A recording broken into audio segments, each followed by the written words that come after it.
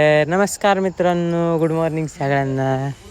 रोजच्या प्रमाणे सकाळ सकाळ आवरलं आणि डायरेक्ट निघालो ऑफिसला जायला निघालो होतो. पण यशदाच्या हातातली बॅग बघून तुम्हाला काहीतरी वेगळं वाटतंय? तर हो, वाटलंच पाहिजे. कारण का मी येत होतो आज घरी आणि यशदाची बॅग तर काही मी घेऊन येत नव्हतो. मग यशदा का बॅग घेऊन चालला तर सांगतो. साईट विजिटसाठी येत होता कुणालदा पण इकडंच. मग कुणालदाच्या गाडीत टाकली यशदाची बॅग आणि यशदाची बॅग अशा प्रकारे आली घरी. मग गेलो ऑफिसला जाऊन थोडा वेळ बसलो. आपल्या HR मॅडमला सांगितलं का madam I am on holiday for today and next day. ती म्हणली ओके.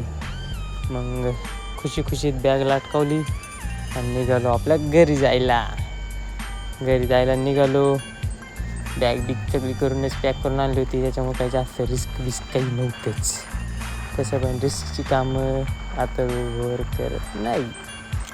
मग फिरवली आपली गाडी आणि निघालो डायरेक्ट घरी येण्यामागचा मूळ उद्देश होतं म्हणजे आपल्या दीपक शेठच्या दिदीचं लग्न.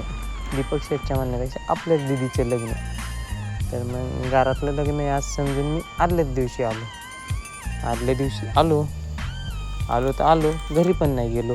मग कुठं गेलो? डायरेक्ट दीपक शेठच्या घरी जाण्यामागचं कारण होतं सकाळचं ते दुपारचं. कारण का ऊन पण नाही झालं. 12-1 वाजले होते, सॉरी 1:45.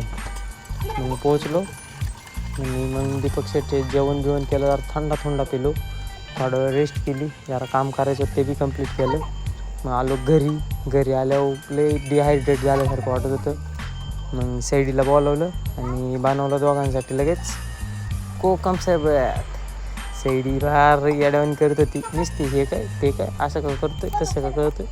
अगं बाई म्हणलं जरा थंड रख, मी कर राहू ना तू देख. तरी बी दिदीचे गावभरचे प्रश्न, तिला उत्तर देत बनवलं दोघांसाठी काय ते आपलं कोकम सरबत दोघांसाठी बनवला. तेवढा सोमड्या आला, तो लागला वरडायला मला. म्हणलं चल तुला घेऊन जातो वावरात. त्याला घेऊन आलो वावरात. सैडी बी काही थांबली नाही, ती बी आली लगेच मागं.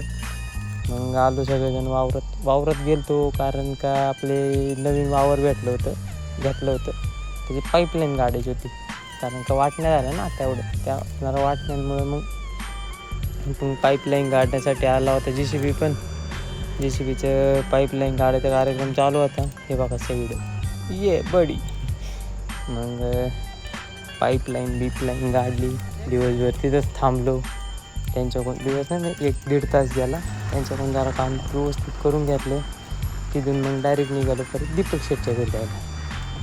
परत का बरं? तर हळद होती ना काय आईची. हळदीतून नाचणं काही हाय का नाही. हळद अशी सुकी ना मुन्ना ये ना होता हमसे. लगेच गाडी बिडी वाळवली आणि गेलो शेठच्या घरी गेलो. शेठनी तयारी तर सगळी जाबून केली ती. DJ उभाच होता दारात. लगेच चालू होऊन गेलो. बँडी थांबलोच नाही. सुट्टी नॉट डायरेक्ट चालू गतन.